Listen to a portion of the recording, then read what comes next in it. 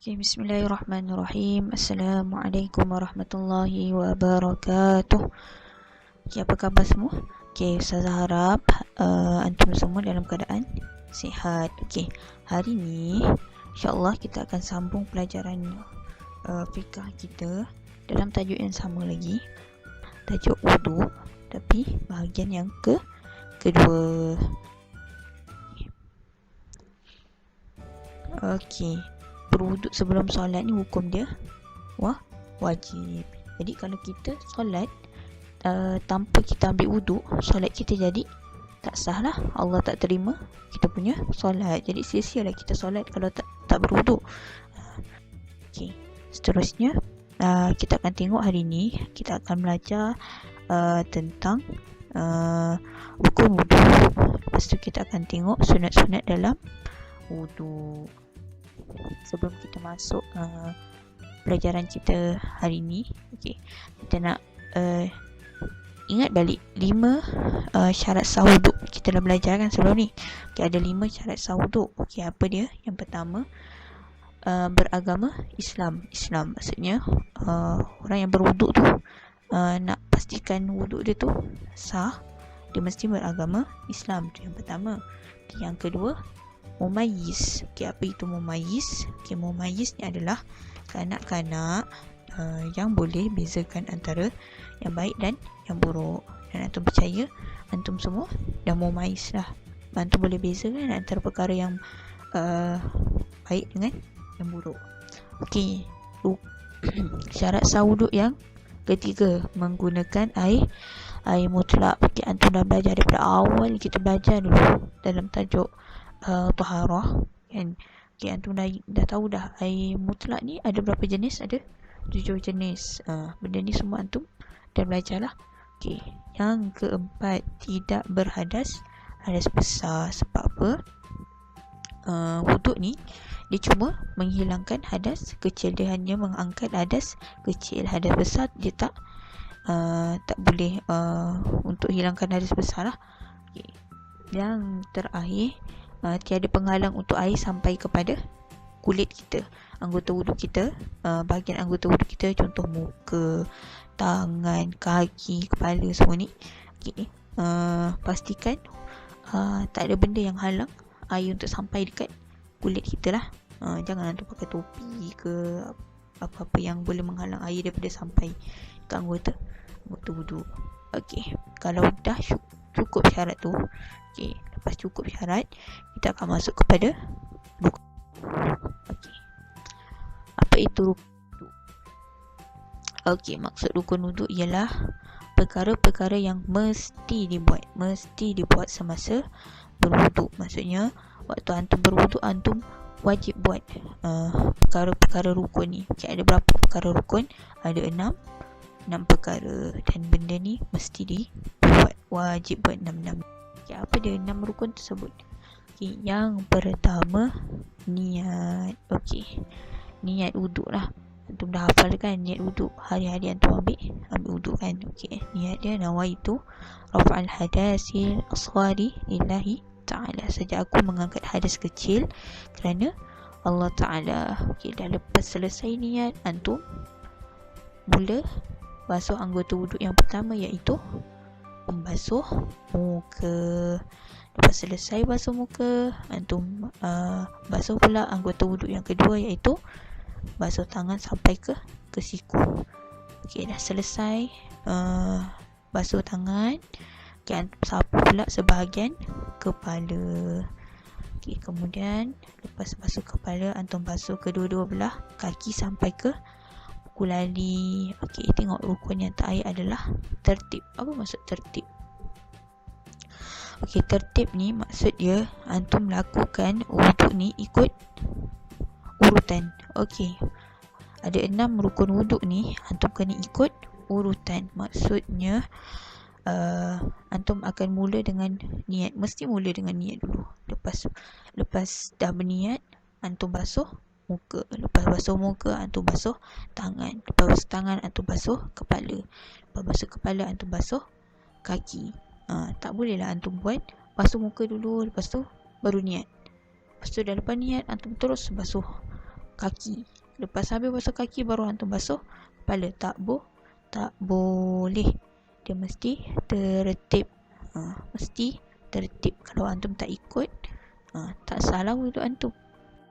Okey, sebab perkara rukun adalah perkara yang wajib dibuat ikut turutan.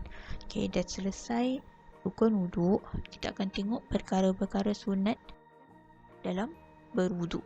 Okay, ada 12 perkara. Okey, kita tengok yang pertama, membaca Bismillahirrahmanirrahim. Ini perkara sunat. Okey. Yang kedua, menggosok gigi sebelum berwuduk. Okey, ini perkara sunat lah. Kalau kita buat, kita dapat pahala. Okey. Sekarang ni antum ada dekat rumah kan, jadi senang lah kalau antum nak gosok gigi dulu sebelum berwuduk. Sebab sebelum ni kalau dekat sekolah antum tak bawa berus gigi kan. Okey. Selepas tu kita tengok pula sunat berwuduk yang ketiga, iaitu membasuh jari-jari hingga ke pergelangan tangan. Maksudnya antum basuh tangan antum terlebih dahulu lah. Okey, kita tengok sunat wuduk yang keempat, berkumur. Berkumur ni macam mana berkumur? Antum semua tahu kan, masukkan air dalam mulut untuk bersuci mulut antum, untuk bersihkan mulut antum. Kemudian air tu yang lepas antum berkumur tu antum buanglah balik, jangan telan. Okey. Yang kelima, memasukkan sedikit air ke dalam hidung dan mengeluarkannya semula. Ini perkara sunat. Okey. Yang keenam, menyapu seluruh kepala. Okey, dalam rukun tadi, rukun tu yang benda yang wajib antum buat adalah anggota wuduk yang keberapa tu? Yang ketiga, menyapu sebahagian kepala kan. Okey, tapi ini sunat untuk antum sapu seluruh kepala. Dia ada cara dia lah. Maksudnya bermula daripada bahagian hadapan kepala antum, kemudian antum sapu sampai ke belakang, lepas antum bawa balik tangan antum ke depan semula. Itu sunnah berwuduk. Okey. Tengok yang ketujuh pula. Yang ketujuh, antara perkara sunatnya adalah membasuh kedua-dua belah telinga. Okey. Yang ke-8, menyelati jari-jari kedua-dua belah tangan. Maksudnya antum basuh, pastikan air tu kena dekat celah-celah jari tu lah. Antum ratakan ke bahagian celah-celah jari antum tu dekat tangan tu lah. Okey, seterusnya yang ke-9, antum dahulukan anggota wuduk yang kanan daripada yang kiri. Okey, maksudnya contoh antum membasuh tangan, antum dahulukan dulu tangan kanan, lepas habis tangan kanan baru antum basuh tangan kiri. Okey.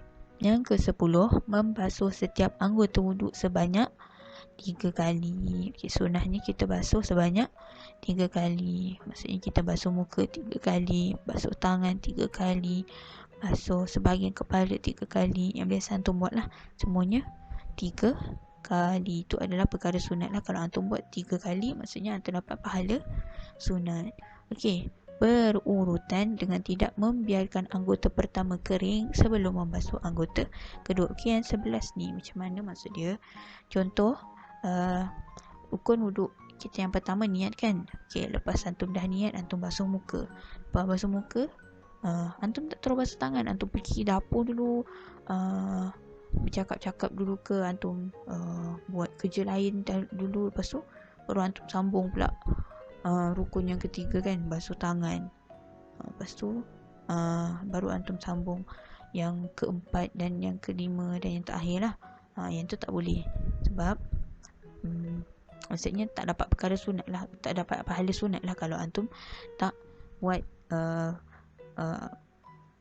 berwuduk tu ikut urutan. Jadi kalau kita nak dapat pahala sunat, ikut urutan lah. Lepas basuh muka terus basuh tangan, terus basuh kepala, terus basuh kaki. Dia berurutan. Okey, yang terakhir, okey, berdoa setelah selesai berwuduk. Dan saya yakin semua orang dah hafal dah doa ni sebab hari-hari kan untuk berwuduk kan. Okey. Doa dia macam mana? Bismillahirrahmanirrahim. Asyhadu an la ilaha illallah wahdahu la syarikalah wa asyhadu anna Muhammadan abduhu wa rasuluh. Allahumma ja'alni minat tawwabin waj'alni minal mutatahhirin waj'alni min ibadikas salihin. Okey. Okey, sunat-sunat wuduk ni adalah perkara yang kita lakukan untuk jadikan wuduk kita ni lebih sempurna lah. Okey, kita akan dapat pahala. Pahala lah kalau kita buat perkara-perkara sunat tu. Tapi kalau kita tak buat perkara-perkara sunat tu, wuduk kita masih lagi sah. Maksudnya cukup sekadar antum buat perkara rukun. Tapi kalau antum nak dapat pahala lebih, antum buat dah perkara-perkara sunat tu, kan? Bukan senang kan nak dapat pahala, kan? So kita nak jadi orang-orang yang untung. Kalau kita nak jadi orang yang beruntung, kita buatlah perkara-perkara sunat tu. Jadi kalau wuduk kita sempurna, kita dapat buat ibadah kita dengan baik. Itu saja pelajaran kita hari ini. InsyaAllah kita akan sambung masih dalam tajuk wuduk lagi untuk pembelajaran akan datang, bahagian yang ketiga. Assalamualaikum warahmatullahi wabarakatuh.